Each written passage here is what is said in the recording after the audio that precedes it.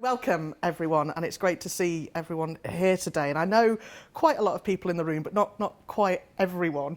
I know this is a huge commitment of time for people. I think, both the pre-reading and the content that you're going to receive over the next few days, but more importantly, how you're going to apply that in the future. And I think that's, testament to the fact in August we've gathered so many people together is testament to the fact that there's a real commitment across the university to making change happen. And I think that's because we are a fantastic university. I don't think anyone in the room would doubt that Durham is a great university.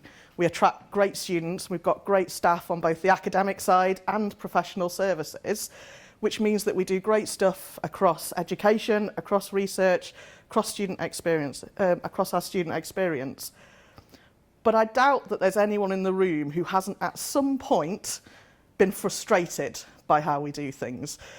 It might be rare, it might be frequent that you are frustrated by how we do things and how difficult it is to sometimes make change happen.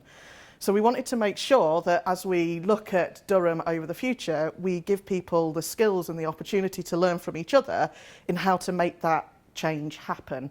And we do need to do that as part of our strategy. We know that the university needs to remain competitive, that we want to develop across all of our core areas. And that means trying to spend more of our time and effort on the things that add the most value. So our more transactional work, we want to streamline it as much as possible and really think from scratch about how we design our services, which have grown organically over time, and they're a bit of an unwieldy beast. Pull out any strand and you uncover lots of stuff. Emma and Ushma at the moment are working on field work, and you scope it and then you discover all these other things that it interacts with, and everyone's trying to change their bit of it, but they can't make it change in the way they want because they've got to bring it all together. Now, hopefully, the service redesign work we're doing, the change management information you're going to get today, helps to think about how we look at that in the round.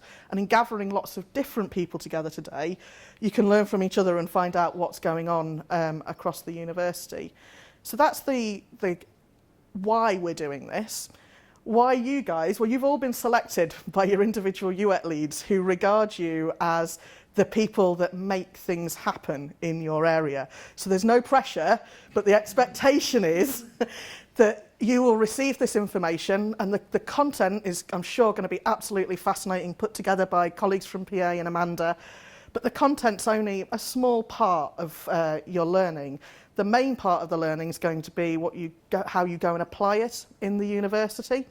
And that's going to be in lots of different areas, whether it's the faculty and department review, whether it's the changes we'll make in finance around Oracle, things that are already happening in the residential ops review. So we know we can make change happen. We know it's going to need to be driven by the people who know their service areas. And what this does is give you a little bit of a framework, some techniques to use to make that easier and to think about how you work across the university. So after today, the next steps will be how we apply this in practice. So I hope that you see it as a fantastic opportunity for yourselves as individuals, but also to start to get after all of those things that we need to change about the university. And when we come back together in whatever time period, whether it's in a few months' time or a few years' time, we'll be able to say we've applied this in practice and these are the changes we've made. So I'm going to leave you for the rest of the day in James's hands and others, but I'm going to be checking in and hearing about how things are going, and I'm sure there'll be photos of lots of things going up on boards, etc. So I'll get a sense of what's been going on over the next couple of days. So thank you again for the huge time commitment, particularly at this point in the year. Thank you.